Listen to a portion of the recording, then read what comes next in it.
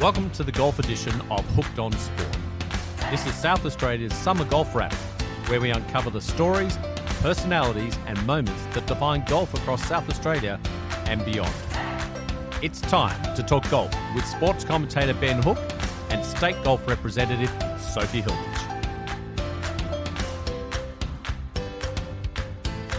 Good on you, Wallace. Thank you very much. Hello, everyone. We are on the eve of the Women's Australian Open. It returns to South Australia after 6 years. We are absolutely pumped for it. And I tell you what else I'm absolutely pumped about is the opportunity to talk the Women's Australian Open with the number one expert on golf here in South Australia, Sophie Hilditch. Hello, Soph. I've had a good day. How's your day been in the lead up to what is a massive tournament, the WAO? Well, my day's been okay, Hookie, but the problem is I've been working all day. I've been working my actual job as a lawyer, and I hear you have had one of the most exceptional mornings. It makes sense why I couldn't get hold of you for the entirety of this morning. And my eve to the Australian Open has been definitely very differently spent to yours. I got a late call up to play in the Pro-Am, Sophie. I had to introduce myself as TBA because the fourth member of the BMW team was a TBA who didn't turn up. And thank you to Josh Martin from the PGA of Australia who got in contact with me about 4 o'clock yesterday and said, hey, we've got a spot if you can make it. And I moved around one or two things, Soph, but did happen to make it. Teed off on 17A with one of the stars of the LET that I'll be telling you about a little bit later on. A couple of people who are clients of BMW, a married couple, Jonathan and Virginia Younger, both very, very good golfers. So had a wonderful morning. Learned a lot about the course, which I'm looking forward to sharing with you. And learned a lot as well about the international raiders who are going to try and steal the Patricia Bridges Bowl away from our Aussie contingent that we're expecting to perform very well at Kooyonga. But yes, great little morning for me. And I tell you what, Soph, you are going to really enjoy what you see over the next 4 days. The course is set up to absolute perfection. We were expecting that anyway from Kooyonga, but there are some tougher tests than I was expecting, and we'll get into that over the next little while. Well, I have to ask, Cookie, late call up. So you haven't had time to prepare for the Pro-Am, and I know normally you'd be taking on Sophie's practice hacks and getting that alignment stick out and doing all the training aids, having your thinking box and your playing box. How'd you play? Well, I did hit a top off the first tee, which was 17. So that trickled about 150 metres towards the left rough. My opening tee shot wasn't as bad as Travis's tee shot, Travis Head I'm talking about here, who teed off on the first, the par 5, with a 3-wood. So I suspect that driver has been a little bit wayward in recent times for Trav. He has pulled this 3-wood hard into one of the posts that are lining the edge of the teeing ground, smacked into the post, up in the air, back over his head, over the grandstand behind him, and sort of nestled somewhere in between the practice green and the 18th green. So needless to say, there was a lot of mirth around the first tee when Travis Head, who only a month ago performed one of the all-time miracles of making a sort of a 60-foot putt from off the green at Blitz Golf, and here he is in the Pro-Am at the Women's Australian Open, just lowering his colours a little bit. So nice to see that Travis Head is actually human. He does one or two things somewhere less than absolutely brilliantly, as we've seen him with the bat on so many occasions. I love that, Hookie. You're throwing Travis Head under the bus, but Yes. I actually heard that you might have had to do a four call on your approach on the 9th hole. I beg your... Oh, yeah, that is a good story, Soph. You have done your research. Yes, so this is true. I had a 4-iron in on the 9th, and I was planning on hitting sort of a little bit of a high fade. It was downwind. I was trying to work out a way to get it stopped. Well, I've dead set double-crossed this thing and hit this hard little low right bullet. Being a left-hander, it's gone low and right. It's headed to the crew that are on the 10th tee. So this features Jake Fraser McGurk. I thought, my goodness, I'm going to put him out of the IPL. This is going to kill him. Thankfully, it missed him, but it hit the roadway behind where the 10th tee is, so where they're playing the 10th tee from for the WAO, bounced up onto the 14th green, rolled within inches of the flag on the 14th green, down off the 14th green again, down the front, another 35, 40 metres away. Around about 40 metres out from the 14th green and probably 130 metres away from the 9th green that I was actually aiming for. So, good.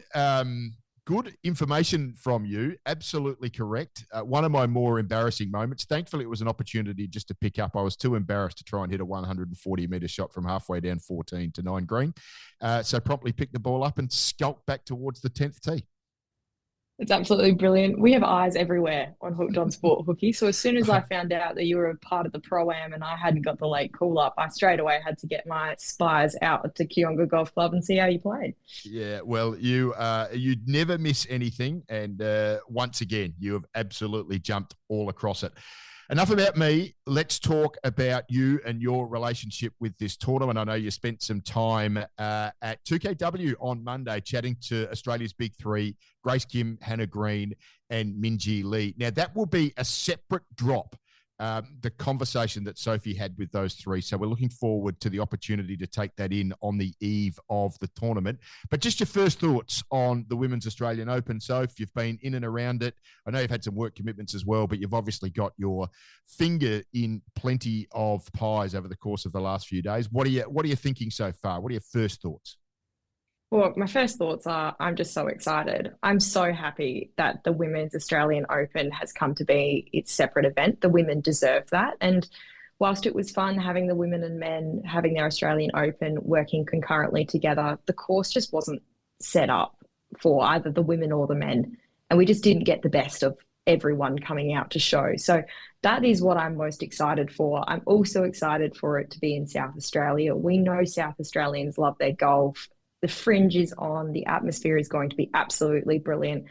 And we have three major championship winners in Minjee Lee, Hannah Green, and Grace Kim coming out to play at the Australian Open. And I cannot wait to see them attack this course. Now, you've played in tournaments alongside Grace Kim, so that must have been quite the experience having that conversation with those three. Grace, obviously, but in particular, the big two, Hannah and Minjee. How was that experience? Oh, the experience was unbelievable. I didn't really quite think I'd get the opportunity to ask a few questions, but I did manage to get that opportunity. I got direct eye contact from all three of the girls. They were lovely. They had great insights. I asked, well, our listeners can find out from our drop of that interview, but I asked, I think, some good questions of them, and they came back with some excellent answers. And Grace Kim actually recognised my face from my amateur days, so that was also quite cool. Oh, that is wonderful, Sophie. I figured that was going to be the case. And so great that you've got that bond more than anyone else, that you've been in tournaments alongside one or two of these guys. And I have heard the interview. You did a wonderful job, and looking forward to sharing that with all of our listeners very shortly. So if I've got to say, one thing that really struck me being out there today is that this course is set up a lot tougher than I was expecting, even in my wildest imagination. I've always felt like Women's Australian Opens have been set up so that the scoring ends up generally being around about 15 under, I beg your pardon, as the winning score. Look, we might get some pretty benign conditions, and some of these top-end players are going to make some numbers. But with the way the wind blew today, with the way I'm expecting it to blow tomorrow, and with where a lot of the tees are set, this is going to be a very, very difficult golf course. This is not the wedge fest that I was potentially expecting. 17 is a long way back. 18 is a long way back. These are going to be challenging holes to make par on, in particular if the wind blows out of the southwest as it did this morning. 2, I suspect, might get moved up, but 1 is going to be a genuine 3-shot hole all week. 2 is not going to be a mid-iron into that green. People are going to be hitting hybrids and woods into 2. 3, I think, is probably gettable. 4, I mean, you can run out, and there's a lot of rough over on that right-hand side if you drive it long. 5, gettable. 6, tough. 7, tough. 8, tough. 9, narrow. 10 always plays tough. 11, gettable. 12, super tough. 13, not easy.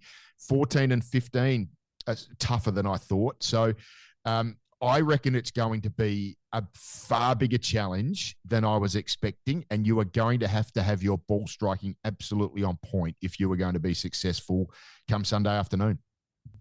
Brilliant. What are their greens looking like, Cookie? Have they got them particularly spicy? Well, not yet, but I really feel like if this is what they're like on Wednesday, by Sunday they are going to be absolutely super challenging. So let's just go through the course first of all, because you are an expert on Kooyonga. You've played it more than probably anyone I know who's not actually a member of the Kooyonga Golf Club. Just your own recollections of it, your own thoughts about it. What do you think of the holes that are gettable, and where are the potential train wrecks? Well, obviously, they're going to have to set up our National Open fairly different to how I usually play it. But I can remember that the Australian Amateur back in 2021, which Grace Kim actually became victorious, shooting 3 under, the only female to be under par that week. But they set us up basically off the tips for the Aussie Amateur. And I imagine that's similar to what they've done for the Australian Open. I haven't personally been out there, so you can speak to that, Hookie. But look, I think the par fives at Kooyonga are generally gettable, even if they're 3-shot holes. I think they're normally gettable. 2 and 9 in particular. I think you're going to see a lot of birdies and potentially a few eagles on those holes as well. Those greens are quite open, so it's easy to be able to run something up on both of those holes. So they're the holes that I would be expecting the girls are going to gain some shots onto the field. No, I really agree. 2 looks like it's going to play a bit harder to me than what I originally thought. Here's what I feel like. The gettable holes are 2, where I suspect we'll see a tee block up at some point. 5, which we know is a short par 4, and everyone's going to be hitting a wedge in there, and that's a gettable green. 9, as you pointed out. 11, I think, plays pretty straightforward for the women. 14, the tee blocks up a little bit. It's around about 130 metres. And then 16, the par 5. Again, it's going to be a 3-shot hole, but most of the field is going to be able to plot their way around, set themselves up for a pretty straightforward approach. So I do think that there are some gettable holes, but there are going to be some train wrecks. 6 is looking extraordinarily tough, so if that's off the back tee block. 7 is always a difficult par 3. 8 is one of the hardest par 4s, I think, on the LET Tour, let alone at Kooyonga. 10 will play tough. That is 1 tee block up. It's down on that traditional women's member tee block, if you like. So it's not quite the brute you would expect. And then 12 and 14, I think there are always so many challenges there. The one thing that really stood out to me about the course is the issues around the green, and it's not the rough, but it's the lack of it. So there are so many serious runoffs, and if you aren't absolutely precise with where your iron needs to land, you're going to get rejected on these greens. And then you have that challenge of how do you play your next shot to what can be a really difficultly placed pin? Do you go with wedge? Do you go with putter? Do you go with something in between? And how do you get it up and down when the ball is maybe shot 30, 40 metres away from the green that you were aiming for?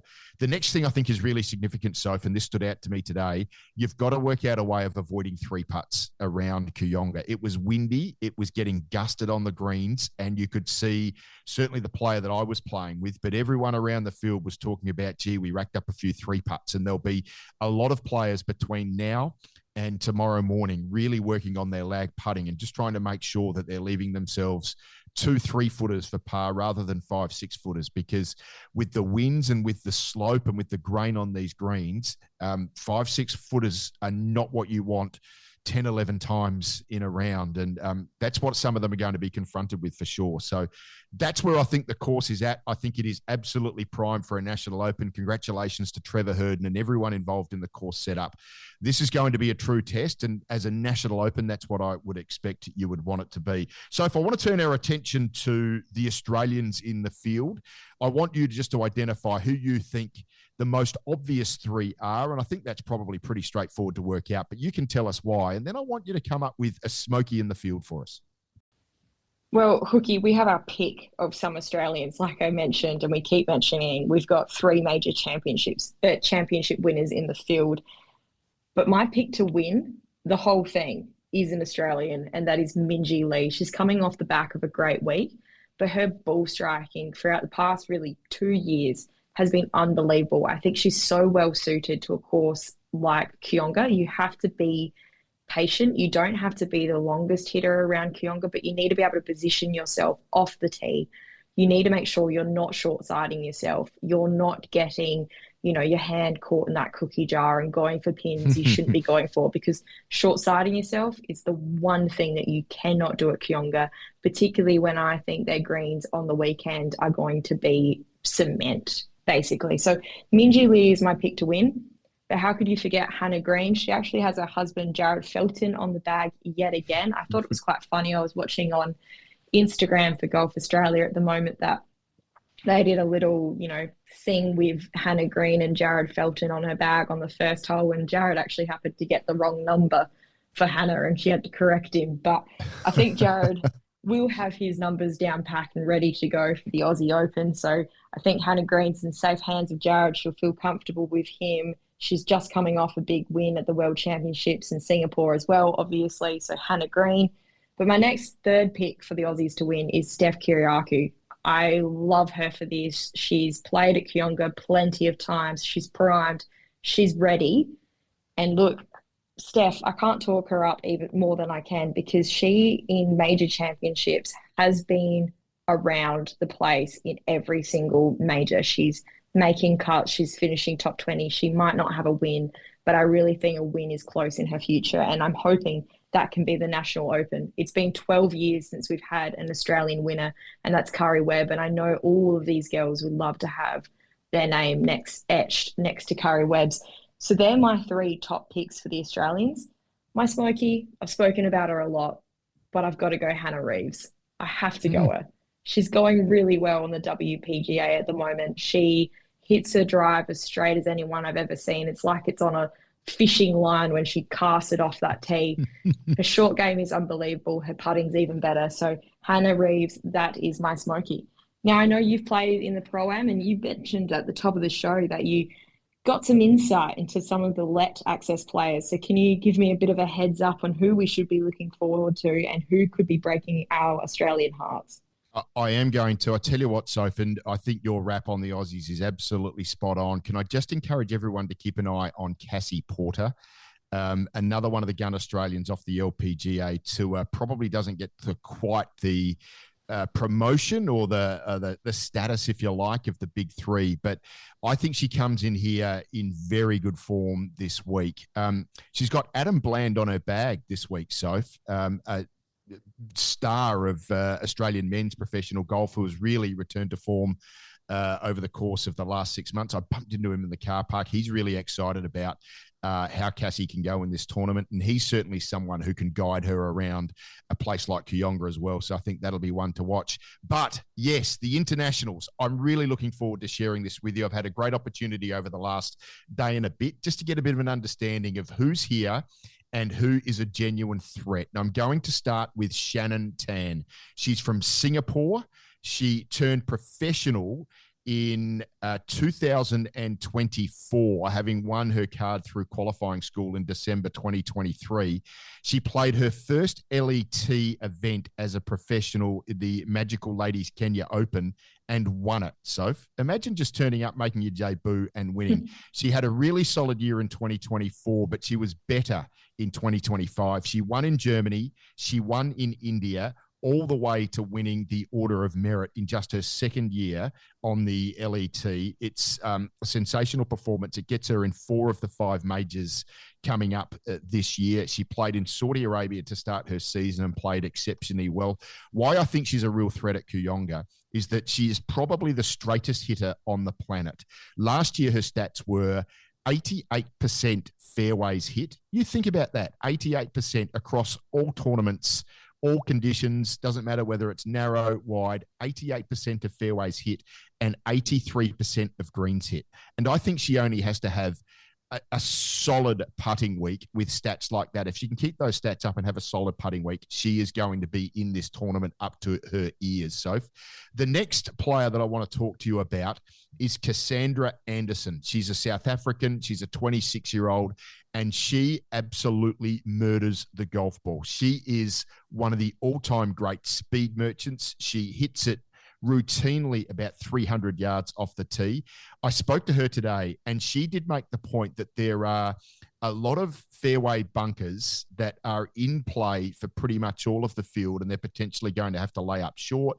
So you think about the tee shot on one is a really good example, Soph, but she carries them. She says it's only just, but if she gets the right conditions, she knows that she can overpower many of the holes on this course and set herself up to be in scoring positions when the rest of the field is potentially going to be having to be laying up on par 5. So, 9 is obvious, but 2 is obvious. 1 is even a possibility, and 16 is one that she might be able to get home in 2 strokes when everyone else is playing in 3. And full well, Soph, what an advantage that can be. So, yes, she can't afford to be wayward, but if she gets driver away and she puts herself in some positions to score, she could be the sort of person who rattles birdie after birdie after birdie and gets away. She's another winner as well, Soph. She's had a really good record winning.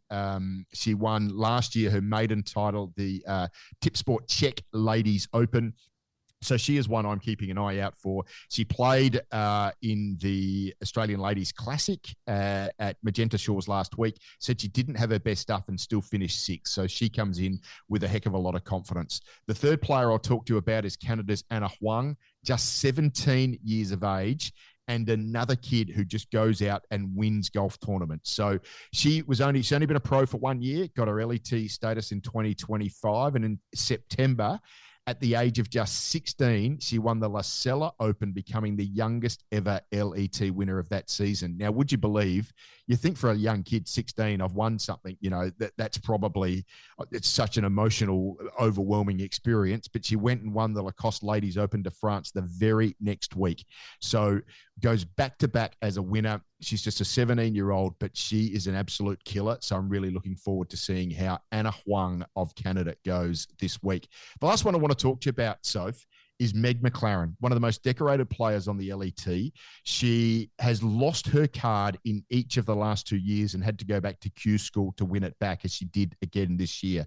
She said, I spoke to her yesterday. She said, look, I've got to be honest with you, and it's no secret, I haven't been playing well, but I went back to Q School and I really felt like I found something. Now, she finished runner-up in the Ladies Classic last week to Kelsey Bennett. She was 4 strokes back, but she took a heck of a lot out of that. And for someone who has been very successful in Australia, she's won tournaments here before. She's in her early 30s now, I think. So she's been to Australia a lot. She knows the conditions. She knows what to expect, and she's won here. So as a bit of a smoky, a bit of a roughie, Soph, I would be keeping an eye out for Megan McLaren over the course of the next 4 days.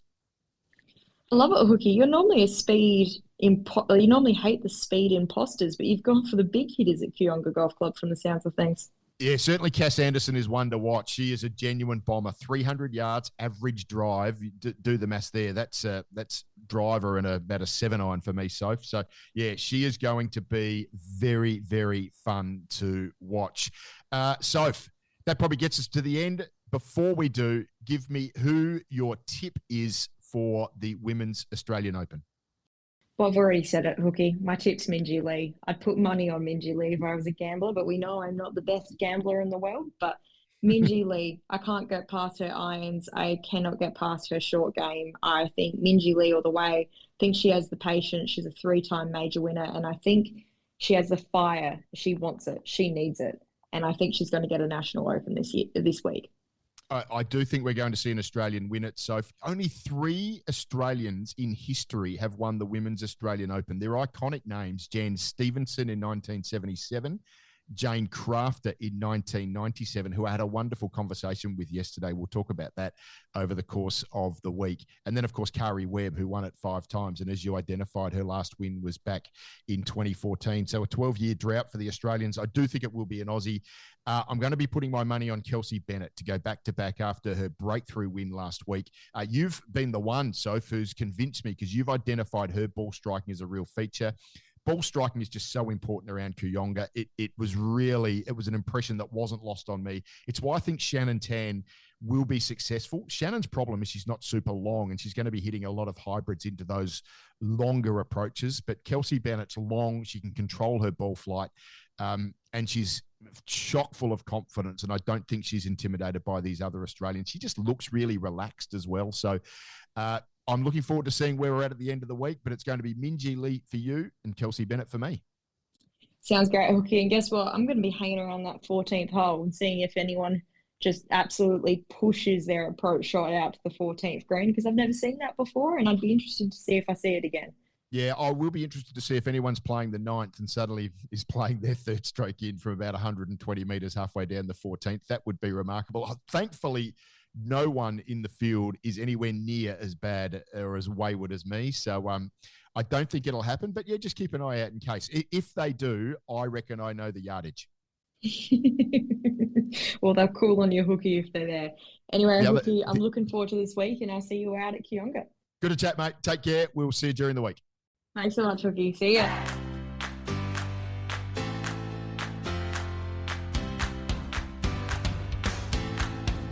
With the last putt sunk, that's a wrap on this golf edition of Hooked on Sport.